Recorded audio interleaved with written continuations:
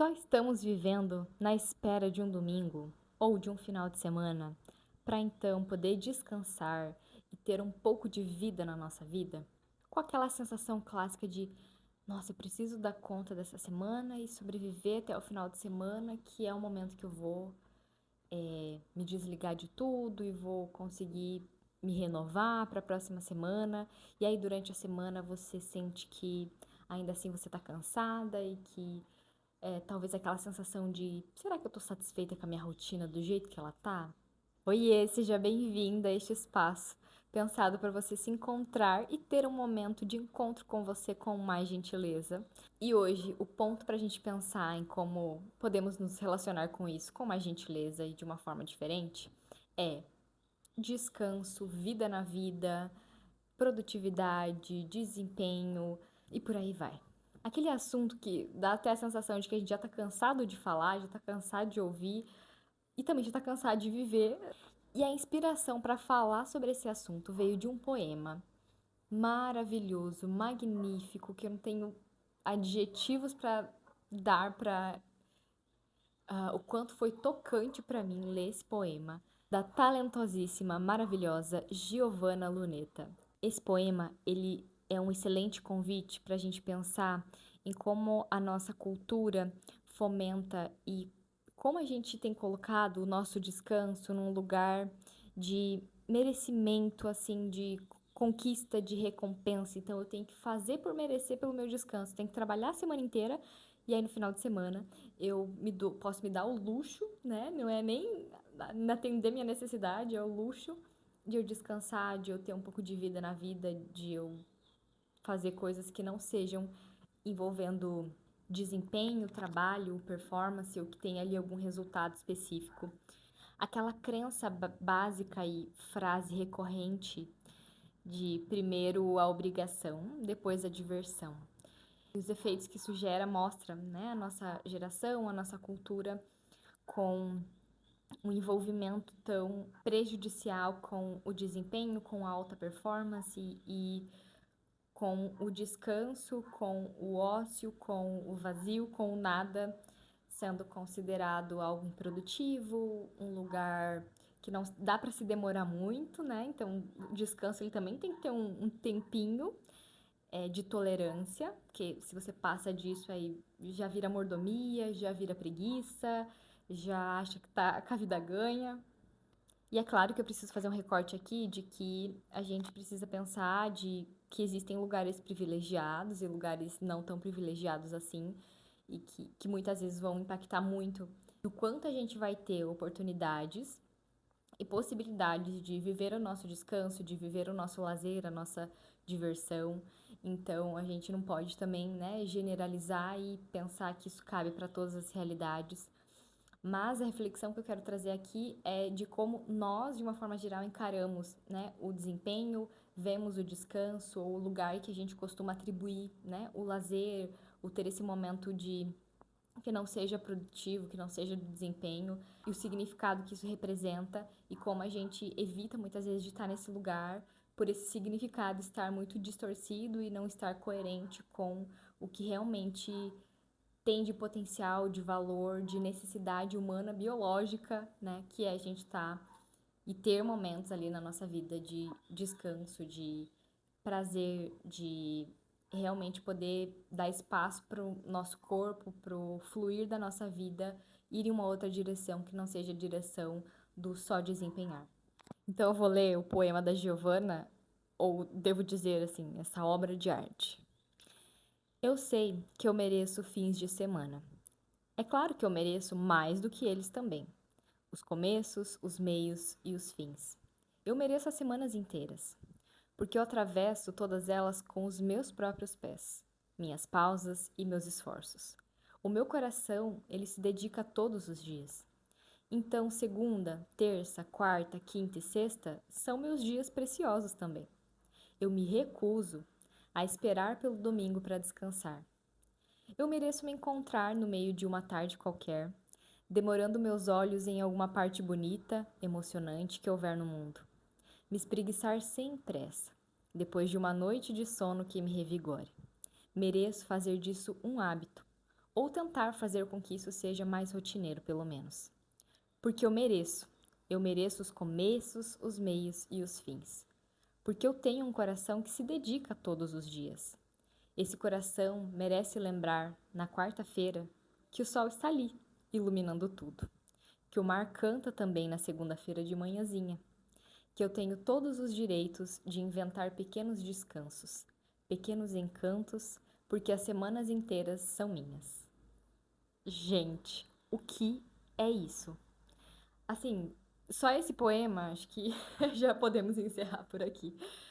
Porque se eu fosse destrinchar cada parte disso, tem tanta preciosidade, ela colocou em palavras tantas vivências, tantos sentimentos, tantas limitações, tantas coisas que a gente tem perdido, né, de ver na vida ou de ver a vida acontecendo pela dificuldade de estar nesse lugar de descanso ou de apreciar as coisas que acontecem à nossa volta com atenção, com essa consciência de que a gente está ali e de colocar o nosso corpo para sentir, a nossa mente para estar realmente conectada com cada coisa, com pequenas e grandes coisas que possam acontecer, mas que às vezes passam despercebidas, porque a gente não consegue e a gente está perdendo essa habilidade e até o nível que a gente dá de importância para esse lugar de descansar e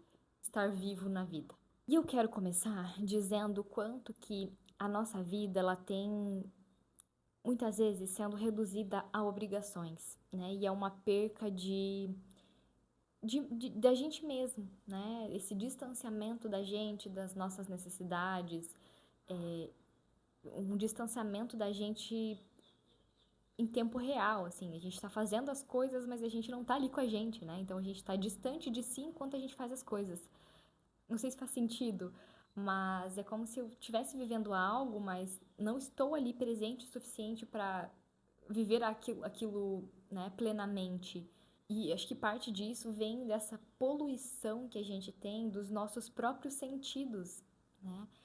Eu, há um bom tempo, já venho conversando, assim, com as pessoas à minha volta e observando como a gente tá tendo que reaprender muitas coisas básicas, assim, da vida, né? De estar atento na vida, de saber viver sem depender da tela, do celular, desses estímulos. Então, essa poluição dos sentidos vem nesse lugar de a gente não tá estimulando todos os nossos sentidos, né, do corpo, porque se a gente tá, né, com essa dependência de informação, com essa dependência de dopamina barata e o nosso maior estímulo é o nosso estímulo visual, né, até o nosso tato, ele é pouco estimulado, ele é repetitivo, ele não executa todas as suas funções ou não nos leva para lugares que talvez levaria se a gente estimulasse isso, sei lá, mexendo na terra, plantando uma flor, né? Falo isso assim do meu lugar de fala, que é uma coisa que eu gosto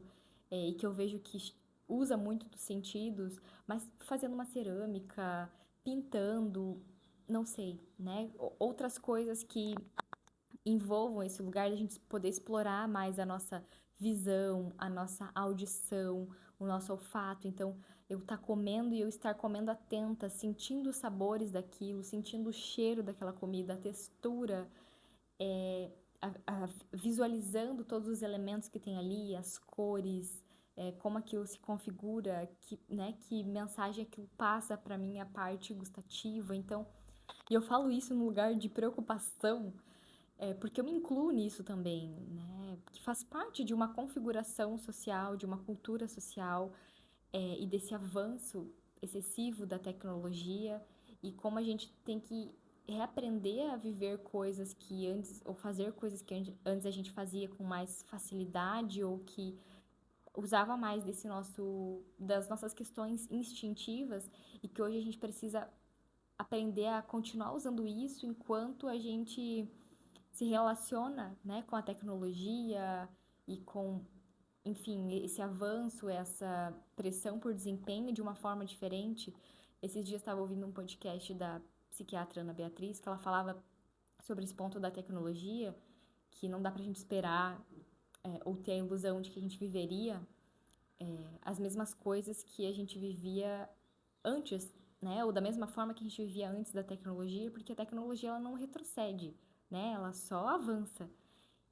Então a gente precisa aprender a se relacionar com isso de uma forma diferente e não esperar, né, que as coisas à nossa volta mudem nesse sentido, porque é uma coisa que a gente não consegue de fato ter controle. Então a gente, obviamente, precisa estimular muito mais o nosso mindfulness, né? A nossa atenção plena no momento presente, dessa consciência, de realmente se conectar com a vida e com tudo que a gente está fazendo. E pensar nisso a partir do poema da Giovanna, que ela faz uma alusão, né, aos finais de semana, da gente não esperar o final de semana para descansar.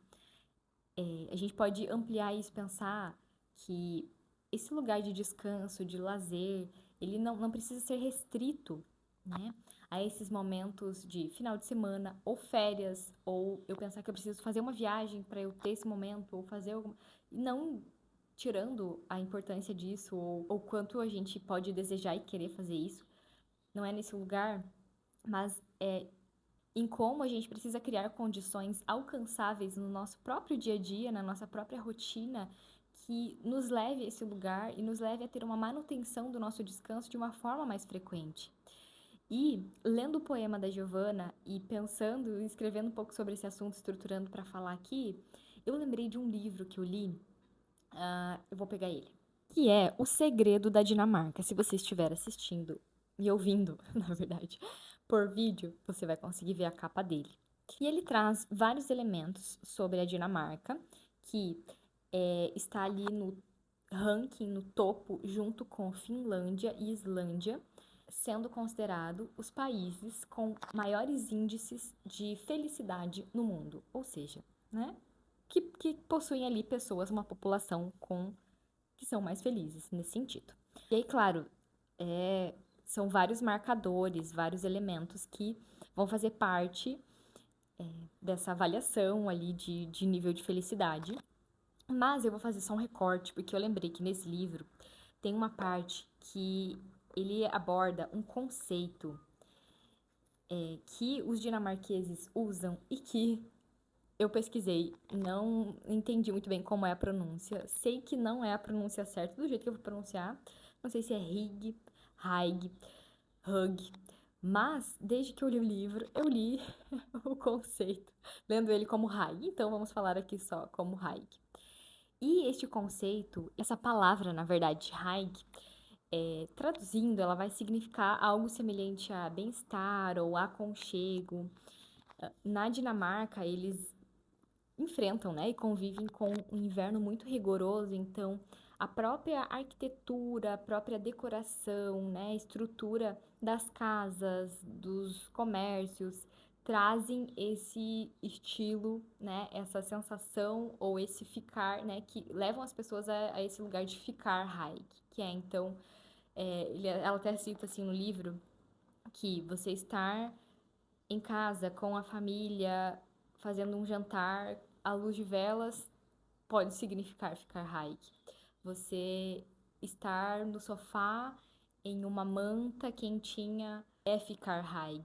Então, o termo, ele pode ter um significado único para cada pessoa. Então, para algumas pessoas isso pode representar estar ali num almoço com a família, para outros pode ser ler um livro sozinho, debaixo do cobertor. Então, pode ser qualquer situação que faça com que você se sinta confortável, aconchegada, segura, tranquila. Então, aquele sentimento de estar em casa, talvez, isso tudo pode ser hike. E eu gosto muito desse conceito para a gente pensar em como nós podemos, na nossa rotina, na nossa vida, encontrar pequenos prazeres, né? Então, esse termo, essa palavra, na verdade, essa prática, nessa palavra que se torna uma prática para eles, ela assume muito esse lugar de prazeres simples, que não envolvam, talvez, grandes coisas luxuosas ou grandes momentos, né, de lazer, enfim, de descanso, ou que envolva, né, grandes coisas, talvez, de precisar de muitas coisas materiais, mas de encontrar pequenos prazeres simples. Então pode ser você acender uma vela se você gosta de vela, você preparar um café se você gosta de café, você comer um doce apreciando aquele doce, você fazer a sua leitura sentado olhando para fora. Você, para mim, uma prática que eu considero que é o meu momento high, ou ficar high, é deitar na rede. Eu tenho uma rede aqui na sacada. Era uma coisa que eu queria há anos e só no ano passado eu consegui atender essa minha necessidade e me dar conta do quanto isso representaria, né, um momento de descanso para mim. Então, às vezes no meio do dia, entre um atendimento e outro, entre um intervalo e outro, eu deito ali na rede e só fico ali olhando para o céu, olhando para fora, ou tomando algum suco, tomando algum café. E isso pode durar 5 minutos, né? E já representa um lugar de conforto, já representa um lugar de prazer, mesmo em meio a uma rotina de trabalho intensa e de vida com problemas, com responsabilidades. Então, na leitura que eu fiz do poema da Giovanna, me levou muito para esse lugar de pensar como construir esses pequenos momentos de descanso, de prazer, de conexão com a gente mesmo, com a nossa vida, sem esperar o final de semana ou sem chegar nesse limite de esgotamento para então a gente fazer alguma coisa em relação a isso. Esse é um outro ponto, né? A gente é estimulado de alguma forma ou alimenta muito essa ideia interna de que a gente precisa estar no ápice para a gente fazer algo em relação àquilo ou para poder descansar, para se desconectar de tudo, para dar um ar para a cabeça, né? E a gente não precisa chegar nesse lugar, a gente não precisa deixar o nosso tanque no vermelho ou, né, assim, vamos reabastecer isso para não ficar na mão no meio do caminho. A gente pode construir, e aí, claro, que vai precisar partir muito do lugar de vivência de cada um, né? Como que na minha realidade, com a minha rotina de vida, com a minha rotina de trabalho, com as minhas responsabilidades, com os meus horários, com o que é possível, eu consigo fazer, né?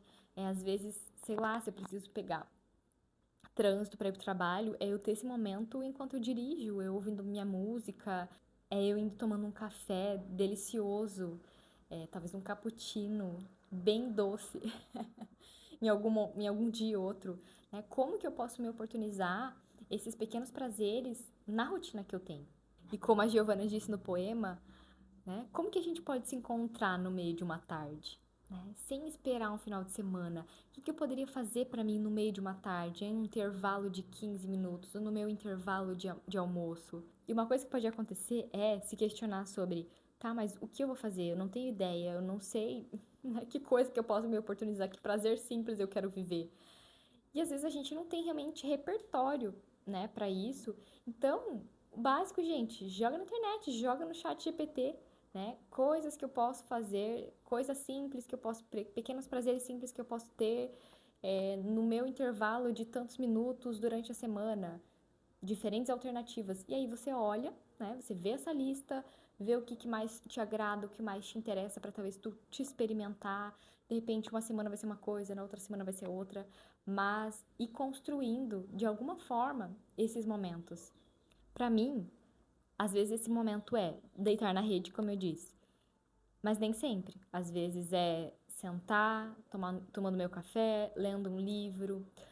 Já teve dias que eu senti muito essa necessidade de acordar e tomar o meu café enquanto eu assistia alguma sériezinha leve, alguma coisa que não me exigisse muito, né? E é só o tempo ali de eu tomar café, sei lá, 5, 10 minutos. E isso me levou para um lugar de lembrar que eu fazia muito isso quando criança, né? Quando a criança a gente acorda, às vezes está de férias, né? Vai assistir um desenho enquanto toma um café, ou depois que toma café vai assistir o desenho. Então, isso pode ser tão nutritivo, pode recarregar tanto a gente e de trazer aquela sensação do, nossa, eu tive esse momento por mim hoje. Nossa, foi tão bom ter um espaço para mim, né? Na minha própria rotina, um espaço para mim, na minha própria agenda, na minha própria vida. Porque, como lindamente disse Giovanna, as semanas inteiras são suas. As semanas inteiras são nossas. Todos os dias da semana são nossos. E às vezes tem de tudo nos nossos dias, na nossa rotina, menos de nós ali. Menos algo para nós. As semanas inteiras são nossas. Todos os dias da nossa vida são nossos. A gente que consegue construir a nossa rotina, estruturar, poder escolher com o que a gente vai se relacionar. E muitas vezes não tem nada de nós ali, não tem nada pra nós ali. Tem de tudo um pouco, tem de tudo pra todos, menos pra nós. Como que nós podemos incluir mais de nós na nossa própria vida? O que eu gostaria que de mim tivesse no meu dia? O que eu gostaria que de mim tivesse na minha rotina? O que eu gostaria que de mim ou para mim tivesse nos dias da minha semana? A Giovana alugou um triplex na nossa cabeça e saiu correndo, né? Mas eu desejo que este encontro tenha sido uma oportunidade para você olhar para o seu descanso, para o quanto que a tua vida merece ter vida, e o quanto que merece ter mais espaço para você e mais você, né, no teu dia a dia, na tua semana, e que você possa ter olhado com isso ou saia daqui olhando para isso com mais gentileza. Obrigada pela tua companhia, um beijo e até a próxima!